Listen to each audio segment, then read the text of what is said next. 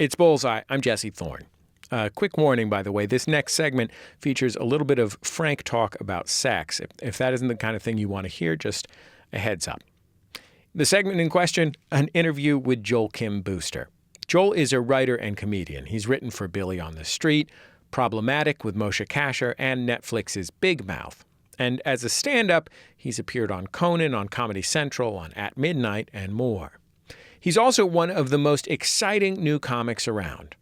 Why? Well, there's his biography, which he works into his act. He's Korean American. He was adopted and raised by a white family in suburban Illinois. His upbringing was very conservative and very religious. He was homeschooled until he hit his teens. And as if that weren't all hard enough, he came out at 17, moved out of his parents' house shortly after. There's also his stage presence, which is confident, almost preposterously confident, and also sometimes vulnerable. He's not afraid to show his flaws. And I think he actually, really sincerely loves chain restaurants. Take a listen to this clip. It's from his terrific debut album, Model Minority. In this bit, Joel is talking about one of his biggest pet peeves, when white people try to guess his ethnicity.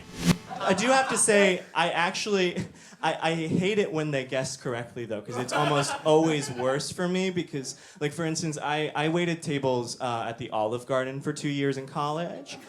Hold for applause. Again, you know, when I have to ask for it, it means less. No, I worked there for 2 years, and I will always remember this. I walked up to a table. It was like a table of three, like, older white guys, and I introduced myself, and I got them their breadsticks, and then at one point, one of them just turns around and looks at me, and he's like, "Hey, son, are you Korean?" And I was like, "Yeah, I am. That's an amazing guess. Like, how did you know that?" And he was like, "Well, I fought in the Korean War, so I know a thing or two about that." And I was like, "Oh." What does that mean for this relationship now? You know? You've put me in an odd place. Do you need a new server? Are you having a flashback? What is the situation? You know? Joel Kim Booster, welcome to Bullseye. Thank you so much. I hate listening to myself. This is going to be a long interview for me as we listen to these clips of bits that I now hate. Good news, JKB. We're recording this whole thing. We're going to run it on the radio. Thank you so much for having me. Of course. It's a joy to have you on the show. So I didn't know before I heard this album that you were adopted. Yeah. You grew up in the Midwest. Mm-hmm. Where in the Midwest did you grow up? Like right outside of Chicago, like 40 minutes outside of Chicago on the south end, so like the southwest suburbs. Plainfield was the name of my town, which is sort of sandwiched in between Naperville and Joliet, which are cities that more people know about than Plainfield. What did you think of it when you were growing up there? I loved it growing up. I mean, I think it's an excellent place to leave. But it was sort of, I don't know, it was ideal for me in a lot of ways when I was really young. It seemed, I don't know, it was the nice mix of like being close to a Target, but there was fields everywhere and cows and yeah, I don't know. I didn't really, it's only really in hindsight and sort of as I got older that I realized that it was not my favorite place to be, I think. I had very narrow sort of expectations for a hometown when I was growing up, so it suited me fine.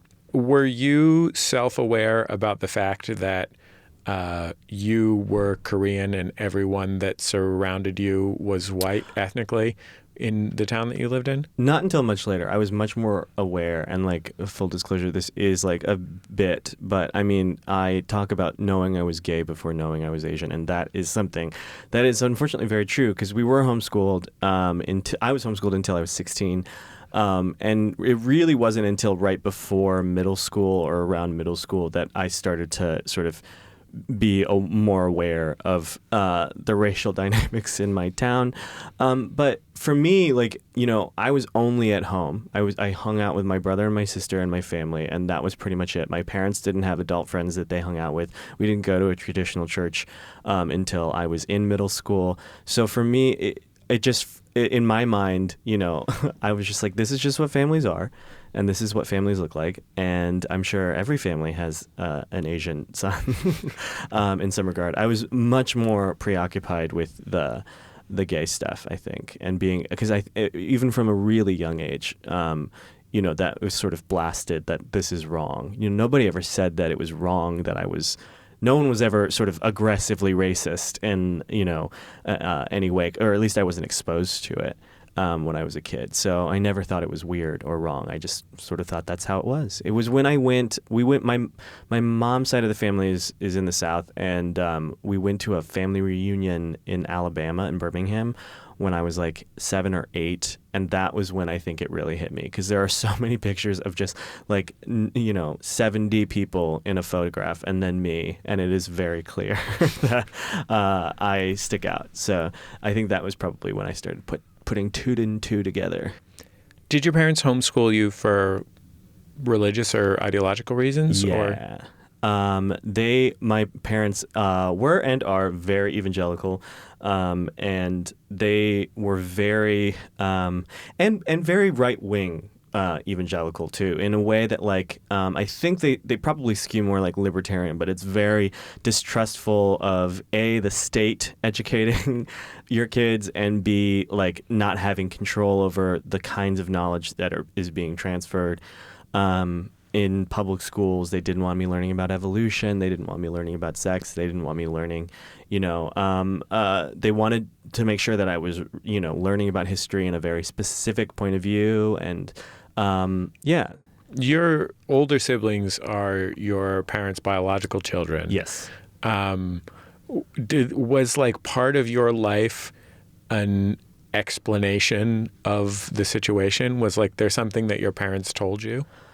No. I mean, for me, like growing up, it was just like a very matter of fact explanation of like, some moms aren't ready and or can't, and this is why, and this happens, and we are so blessed and lucky that we got to have you instead. I will say, I have a lot of thoughts and feelings about adoption and sort of the way it's viewed in the world and stuff like that. But one thing my parents never did and never framed it as, and would shut down very quickly when other people would say it, is when they got like, well, aren't you a lucky boy for being adopted? And my parents would always be like, no, we're the lucky ones. Like, this is not. And I hate it when people are like, oh, you're so lucky that you got rescued, or like any framing of that, like when I see interactions between like adopted kids and people out in the world, like that is the most infuriating thing, I think, for everybody, because nobody says that about babies, like biological children. And it's the same concept. Like, parenting is parenting. You are, if you want a child, if you can't frame it as like, I am doing a good thing by doing this way rather than having a biological kid. And I think like that's one thing my parents really did nail growing up, for all their faults, is they never made me feel like I was a charity case, or that they loved me any differently than or they wanted me any differently than my brother and my sister. It was always, we are lucky that we were able to have you. And I think that, is probably, I don't know, it is why I don't have a lot of angst about it today. Your parents' religion sounds like, at least from your album, like it was a little bit ad hoc. Mm-hmm. That's one way to put it. Well, I think in the album you describe it as retrospectively maybe a cult. Yeah. But what was your experience of religion like in your house when you were a kid? I mean, for us, it was mostly Sundays spent with my dad reading the Bible to us aloud, and sort of having like within our family discussions about it, and just sort of the very sort of black and white moralistic view of the world. And for me, that just meant control. Like, I felt really controlled in everything that I was consuming in, media-wise, and what I was allowed to watch, and who I was allowed to hang out with, and what I was allowed to read. It was really frustrating. I mean, I remember when I was like 9, my parents they listened to every CD and read every book and comic book and everything like that, and watched every show with us to make sure that it was okay. And I just remember them sitting me down because I wanted the Backstreet Boys CD, and I was 9 maybe, and they said that upon review they could not let me get the CD because of the song where the lyrics are, no matter who you are, what you've done, where you've been, as long as you love me. And they sat me down, a 9-year-old, and were like, Joel, it does matter what a person has done, and it does matter who they are. And if they don't have, and it just, I was like, I'm 9, and I want to listen to the Backstreet Boys. And so like, it was always things like those situations always stick out to me, because like, that's what I saw religion as until I started going to a real cuckoo bananas evangelical church of my own when I was in middle school. It was all sort of it was never like sort of Jesus focused, love focused in my house. It was rules focused. It was, you cannot do this because God does not approve of X, Y, or Z. And so it was just very frustrating. It was not primed as something for me to enjoy on my own. Do you believe in God now? Wow. No, I don't. I think at best I'm an agnostic at this point. It's sort of hard to untangle yourself completely when you've been indoctrinated for, half your life in a certain set of beliefs. And so it's really hard for me to, say, when you grow up looking at the world as sort of like created and there's a plan and there is like another side, I think like that's probably the biggest sticking point for me. Is it's really hard for me to come to terms with the fact that I will die and that's it. Nobody can really wrap their head around it. But for me, it's always been easier to believe that I would rather believe that I will be chilling in a house as a ghost for eternity than not having anything once I'm in the ground. And maybe that makes me a child. I'm sure that there are people who believe that. I know that there are people in my life who believe that about me. But yeah, it's hard to sort of step away from it completely, I think. I mean, it's good to know that you'd be a chill ghost and not one of those like chain rattling ghosts. No. I think I would be fun. I would be like with a mimosa and yeah, everything. Yeah, exactly. You worked as a writer for Moshe Kasher's television show on Comedy Central. It was like a talk show about like a comic dialogue about hot issues. Yeah. The sources ethos of which cultural conflict. Right, yeah. It was sort of, the ethos I think really was everybody is wrong a little bit. Yeah. And so we would look at issues through that way and sort of, try and be like, I don't know that I could work on an both sides sort of show anymore. But back then in 2015, it felt very fresh. When you started doing stand-up, did you feel like you had to either be a club comic, an alternative comic, or a gay comic? Yeah. I mean, those last two are sort of one and the same in many people's eyes, I think. It's so funny to me because especially when I was coming up in New York, people would call me an alt comic, which is so wild to me because I was doing basically like, it's pretty standard. I was not pushing the form in any sort of way. I'm not like taking it and like reimagining it and then making it work for everybody. I was doing what John Mulaney and Tig Notaro and Aziz and everybody was doing at the time. It's just observations about my life and things that I've seen and things that have happened to me, and writing a punchline around it. And so it was always very strange to me when people would be like, you're an alt comic, because the things that I would be talking about would be eating, and it's like, why, the structure is the same. It's just the subject matter, I guess, is a little bit out of left field. But I definitely felt that, especially in Chicago, I think I felt the pressure to be, when you're in a smaller city like that, I think there's definitely, more accepted ways to be successful.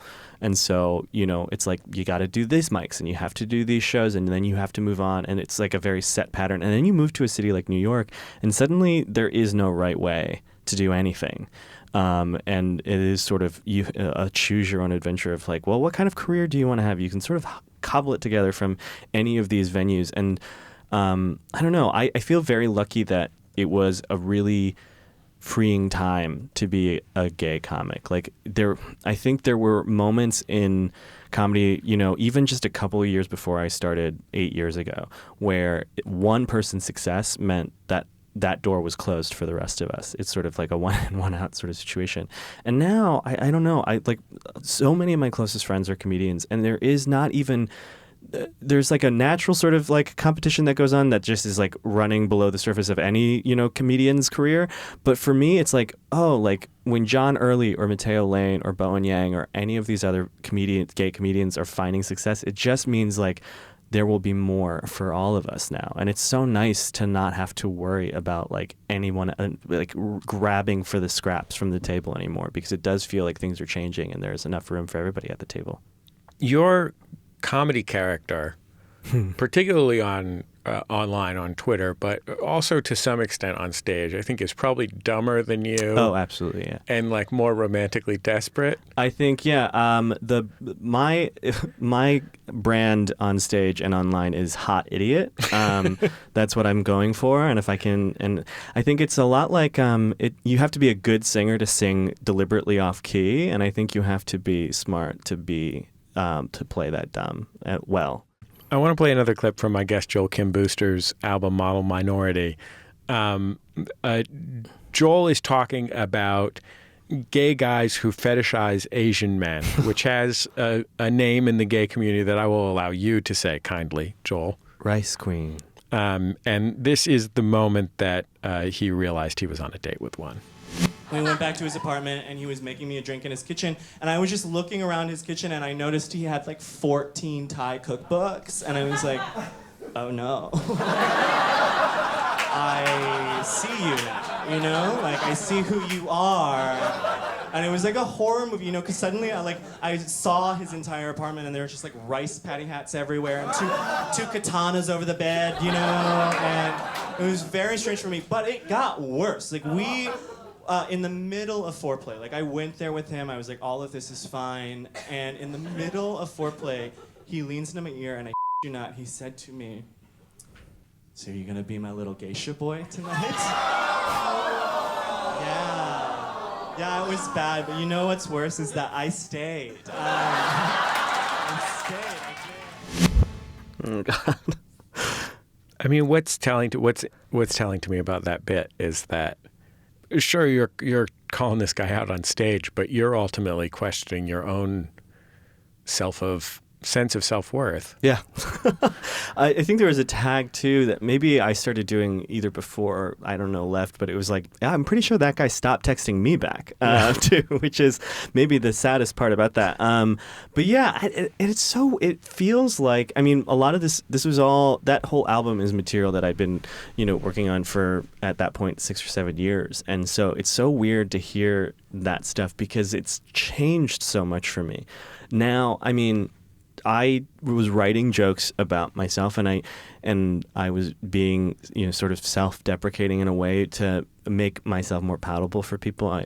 There is a special that delves deeply into this, and for me, it just like wasn't helpful, and it's not how I really feel about myself now. And so there was like a shift, like right around the time I was recording that album, where I was like, oh, but like this isn't being honest. Like, and this outlet for me is so refreshing because it feels like I'm able to be as honest as I can be, and that's like, for me as an artist, like, especially as a comedian, that's the question I always ask myself: is this funny? Is this honest? And is this new? Or is this interesting? And for me, a lot of those jokes now, when I listen back to them, they are still funny to me, and they are real in the sense of that's the life that I had when I wrote them. But for me now, like, to say that joke, it's just so weird because I'd have to really refigure it out for me now because I don't know, I wouldn't stay now. That's, I guess, the bottom line is I wouldn't stay.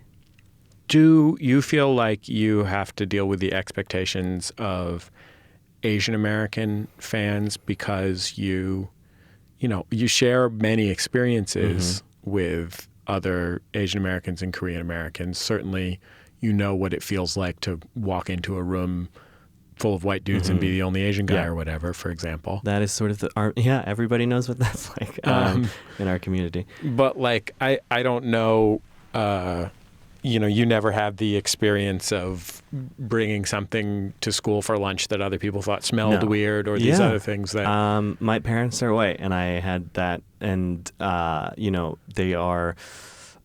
their families have been here for however long, and we had our traditions were very Midwestern and everything like that. So there is a lot that I feel a little boxed out of experience-wise, and I think is sort of frustrating to some people that see my success and are maybe frustrated that I don't represent that side of the Asian American experience, the sort of, second, third generation experience. And I guess for me, like, I don't know, I'm really fascinated by what is the Asian American experience. Like, what is the culture that we have created for ourselves here that is sort of as a byproduct of just existing together as this race of people, not sort of as a culture from what we're bringing. I don't know. It's difficult. It's hard, and it's something that I'm sort of trying to figure out, like, as I go on. And I hear it. I hear from a lot of Asian people who don't like me or my material, and I think I especially hear from Asian men who are very frustrated with,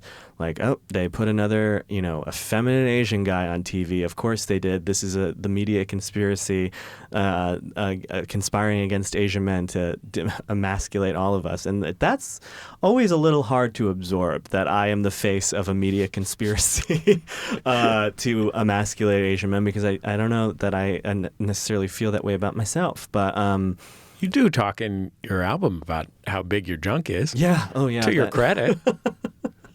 Working against the conspiracy. I don't know. I'm just like, and it's so weird. It is so weird to represent two minorities, and especially as like the audience gets bigger and the platforms get bigger, that the opportunities that I'm offered are getting bigger and bigger. It is a very stressful sort of thought process I have to go through of, like, am I being the right representation for gay men and Asian men and Asian people and adoptees and this, that, and the other thing. And it's just, I really wish I could just really think about, is this funny, and not have to worry about that other stuff. And I ultimately do, but it's there. And it's, I do feel some responsibility to, I don't know, make sure that everybody knows that this is my experience, my personal experience, my very specific experience, and I'm not trying to speak for either of these communities when I talk about, any of the, experiences that I talk about on stage. But it'll never change. I will always get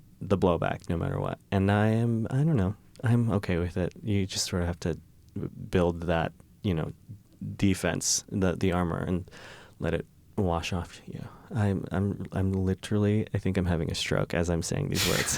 Can you tell that like these sentences have no end? There is no punctuation anymore. I am literally about to have a stroke. I hope any of this is useful. Joel Kim Booster, I'm so grateful to you for taking all this time to be on Bullseye. It was really great to get to talk to you. Again, I hope anything I said made sense and it makes me seem smarter than I actually am. Joel Kim Booster. His debut album, Model Minority, is seriously one of our favorites around the office. You can purchase it or stream it pretty much anywhere. You can find out the latest about Joel on his website, IHateJoelKim.com.